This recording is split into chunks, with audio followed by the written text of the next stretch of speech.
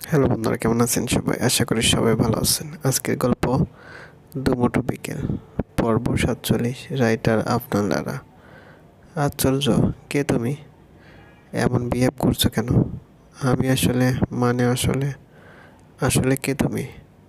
ও, তোর হবু বউরে স্পর্শ স্বামীকে সালাম করলো, এরকম ভয় পাচ্ছিস কেন? স্পর্শ ব্রকুসকে মায়ের দিকে তাকালো একবার, তারপর মেয়েটার দিকে তাকিয়ে বলল, এইরকম সালাম বেশিরভাগ চাচা জ্যাঠাদের করতে দেখেছি। আমি তো তোমার চাচা লাগি। ঠিক আছে, বেঁচে থাকো। ক্লাস লাইনে গোল্ডেন এ প্লাস পাও, দোয়া করি। বাই। কথা শেষ করে স্পর্শ নিজের রুমে চলে আসলো। মেয়েটা রোবট হয়ে এখনো বাসার বাইরে দাঁড়িয়ে আছে। তার হবু স্বামী কিনা তাকে ভাইয়ের মেয়ে বানিয়ে দিল। আর নিশু, এসব মাথায় নিও না। চলো তো, আজ তোমার হাতের রান্না খাবো আমি। মেয়েটা আবার ভাবনা চিন্তা থেকে বাইরে এসে রোকসানা বেগমের সাথে রান্নাঘরে চলে গেল। নাও, এবার আমাকে নুডলস পাকোড়া আর চা বানিয়ে খাও তোমা। রোকসানা বেগম মেয়েটার মুখের ভাবগতি দেখে স্তব্ধ হয়ে গেলেন। মনে হচ্ছে মপ এটা এমন নামেই প্রথম শুনেছে। কি হলো নিশু, পারো না? পারি তো, তাহলে খেতে পারি, রাঁধতে পারি না। অনেকবার খেয়েছি, আপনি বানালে উপরে সসও দিন, আরও ভাল লাগবে। রুকসানা বেগম যেন আকাশ থেকে পড়লেন। ঢোক গিলে পা পিছিয়ে পিছিয়ে এক দৌড়ে আঁখির রুমে চলে গেলেন। তারপর আঁখিকে ডেকে তুললেন, কারণ আঁখি দুপুরের ঘুমাচ্ছিল। কি হলো মা? নিশু যে ভালো রান্না জানে, এই খবর তোকে কে দিয়েছিল রে? আঁখি বালিশ করে নিয়ে আবারও শুয়ে পড়ে বলল, কি আবার? ওর মা আছে না? তার নানুর বাসার পাশের বাসায় এক মহিলা থাকে। তার চাচাতো বোন বলেছিল মেয়েটা হেব্বি রান্না জানে। কি কি কি কে? এসব আবার কি? মেইন মেয়ের মায়ের থেকে জিজ্ঞেস করা উচিত ছিল তোর। মেয়ের মা বুঝি বলবে আমার মেয়ে রান্না জানে না? খবর নিতে হলে আশেপাশের এরিয়া থেকে নিতে হয়। ইউ হ্যাভ টু বুঝতে হবে। ও, কিন্তু মেয়ে তো রান্না জানে না। নুডলসও রাঁধতে জানে না নাকি? না, দূর চাই। আমার ছেলের জন্য কি মেয়ের অভাব পড়েছিল? নিশু দরজার কাছে এসে চোরের মতন দাঁড়িয়ে থেকে বলল, আন্টি, নুডলস পাকোড়া বানাবেন না? রোকসানা বেগম দাঁতে দাঁত চেপে চলে গেলেন নিজের রুমের দিকে। আঁখিও লেপ টেনে শুয়ে পড়েছে। নিশু এবার গেল স্পর্শের রুমের দিকে। স্পর্শ দরজা লাগিয়ে রেখেছে। রিমঝিম বাবার হাত ধরে বসে আছে চেয়ার নিয়ে। বাবা ঘুমাচ্ছেন। রিম বাবার হাতের আঙ্গুলগুলোতে ম্যাসেজ করছে আর ভাবছে এই স্পর্শের কথা। স্পর্শ হুট করে সব কিছু থেকে কি করে নিজেকে সরিয়ে নিতে পারে। আমার কেন যেন মনে হচ্ছে যা হচ্ছে তা ঠিক হচ্ছে না। কিন্তু স্পর্শ তো দেখি অলরেডি আমাকে অ্যাভয়েড করা শুরু করে দিয়েছে। আমার কি করা উচিত? চিৎকার করে কান্না করতে চেয়েও পারছি না আমি। সব কিছু অসহ্যকর মনে হচ্ছে বারবার। এই এই স্পর্শ বিছানার মাঝখানে বসে সিগারেট খাচ্ছিল। কারোর এই শুনে মাথা বাঁকিয়ে রিমঝিম রুমের দিকে তাকালো সে। তামিম গ্রিল ধরে দাঁড়িয়ে আছে। কী ব্যাপার শালাবাবু? তুমি জানো রিমাপুর বিয়ে? জানি। তোমাকে এতদিন মিস করেছিলাম আমি। ও হ্যাঁ, জানো আমার ক্যাকটাস গাছটা চুরি হয়ে গেছে। আমি তাই মন খারাপ করে বিকেলে চকলেটটা খাইনি এখনো। আহালে, আচ্ছা, আমি একটা এনে দেবো। তাও তো আর আমার আগের গাছটা ফিরে পাবো না। তুমি বরং আমার গাছটাই খুঁজে দাও। তোমার এই কাঁটাওয়ালা গাছ আমি কই পাবো? তুমি চাইলে আমি তোমার গোয়েন্দা দলের অ্যাসিস্ট্যান্ট হতে পারি। বাপরে বাপ, আজকালকার ছেলেমেয়েরা কি পাকা পাকা কথা বলে। ঠিক আছে, সন্ধ্যাবেলায় আমি বাসা থেকে বের হয়ে পুরো ছাদ খুঁজে দেখবো পাই কি না। আচ্ছা ভাইয়া বাবু। ভাইয়া বাবু আবার কি আবার? তুমি আমাকে শালা বাবু বলো আর তুমি আমার ভাইয়া, তাই আমিও ভাইয়া বাবু ডাকবো। ওরে সাবানা, যা এখান থেকে, মেজাজ খারাপ করিস না। বরং তোর আপুরে চকলেট একটা দিয়ে আয়। বেচারি মনে হয় এখনো কাঁদছে। আর আমি যে বলছি চকলেট দিতে, সেটা আবার বলিস না, তাহলে তোর ক্যাকটাস গাছ পেয়েও তোকে দেবো না। আচ্ছা আচ্ছা। রিম, আসার পর থেকে তোকে কিছু খেতে দেখিনি আমি। কদিন বাদে ছেলের পরিবার আসবে তোকে দেখতে। চেহারার এমন হাল করলে চলবে? না জানি আমার ছেলের মা বাবা রিজেক্ট করে। ইচ্ছে করে এমন করছিস তাই না, যেন ওরা তোকে পছন্দ না করে। ওগো শোনো, তোমার মেয়ে কি করতে চায়? মা প্লিজ এতটা জঘন্য হয়েও না, আমি খাবো এখন। তা বাবাকে এর মাঝে জড়িয়ে ফেলো না। কথাটা বলে রিম হনহনিয়ে দরজা খুলে ছাদের দিকে চলে গেল। স্পর্শ আর তামিম মিলে ছাদের কোনায় কোনায় ক্যাকটাস গাছটা খুঁজছে। রিম ছাদে এসে স্পর্শকে দেখে হাঁটার গতি বাড়িয়ে স্পর্শের কাছে চলে আসলো। স্পর্শ রিমকে দেখে চমকে গেছে, তারপর মুখ ঘুরিয়ে নিয়ে সে বলল, তামিম পেয়েছো? না তো। আরে রিম আপু, ভালো করেছো এসেছো, আমার গাছটা খুঁজে দাও। রিম স্পর্শের চোখে চোখ রেখে চুপটি করে আছে।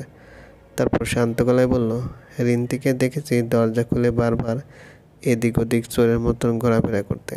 এই কাজ ওরই হতে পারে, ওর বাসায় গিয়ে দেখ যা। তামিম তো রিমের কথা শুনে এক দৌড় দিল। রিম একটু এগিয়ে এসে বলল, আপনি এমন কেন করলেন?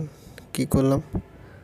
আমার না অনেক কাজ আছে, বাসায় মেহমান আসলে যার সাথে মা আমার বিয়ে ঠিক করছে সে এসেছে। ছোট মানুষ, হয়তো আইসক্রিম পেলে মা খুশি হবে। আমি বরং যাই, ওর জন্য কিছু নিয়ে যাই। থামুন, আমি কেউ না আপনার কাছে। তাহলে এভাবে শুয়েছিলেন কেন বলুন? কি দরকার ছিল আমাকে সেসব অনুভূতির সাথে পরিচয় করিয়ে দেওয়ার? সেটার জন্য সরি। আমি কি জানতাম শেষ সময় এসে তোমার বাবার এমন একটা ঘটনা ঘটবে আর তোমার থেকে এমন কিছু চেয়ে বসবেন তিনি?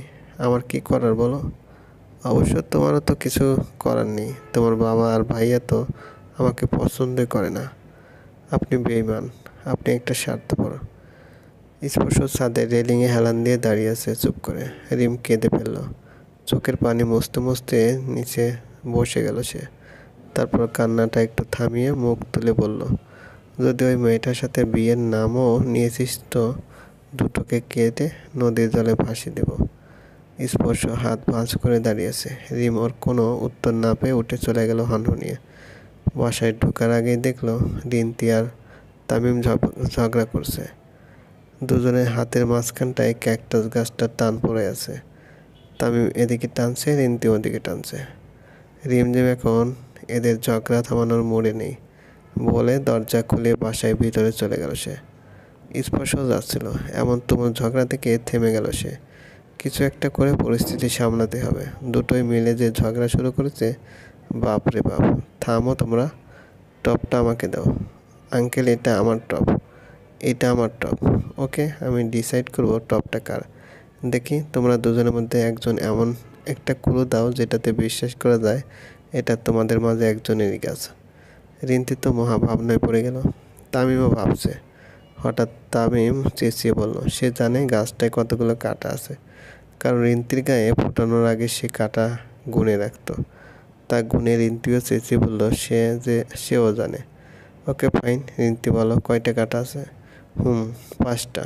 তামিম দাঁত কেলিয়ে বলল, 16.5টা। সাড়ে মানে? মানে একটা ভাঙ্গা।